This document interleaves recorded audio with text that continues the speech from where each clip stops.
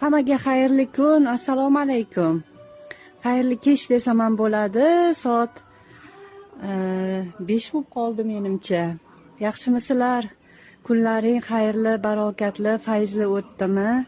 Sog' omonmisizlar? Bugun men hovliga keldim, o'zim kashbolarimdan xabar olay, keyin yana suv sepay, suv quyib ketaman deb. Juda havo issiq bo'lyapti. Juda 2 kundan beri umuman mana bu nilufar gulimiz mana bu ahvolga tushib qoldi issiqdan. Chunki bu tarafga quyosh tushadi. O'zi yozi bilan siljib quyosh oxirigacha kelib qoladi hali. Yozning o'rtalariga, keyin yana qaytib salqin tushadi. Shu sababli gullarimiz endi qiynalishadi bir 2 oy. Mayli, hech chiqisi yo'q. Hali bittasini olib ko'raman, kichkinarog'ini. Sizlardan maslahat so'ramoqchi edim. Endi keyingi kelishimdan oldin bozorga tushmoqchiman. Ana bu sukulent olsammikan, nima olsammikan bu kashbolarimga deb o'ylab turibman. Sizlarning maslahatlaring kerak.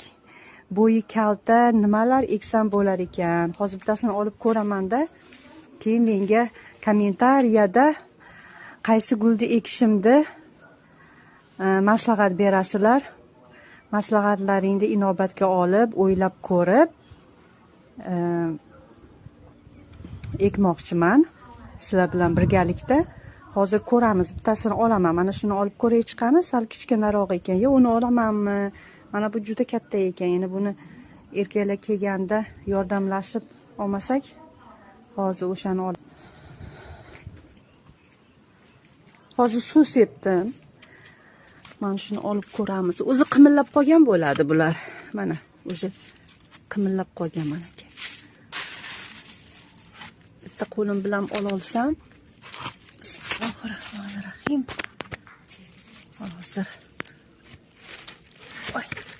Mana oldim. Endi qo'yamiz.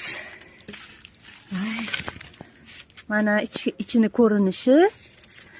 Endi mana bu paketlarini olib tashlaymiz. Na.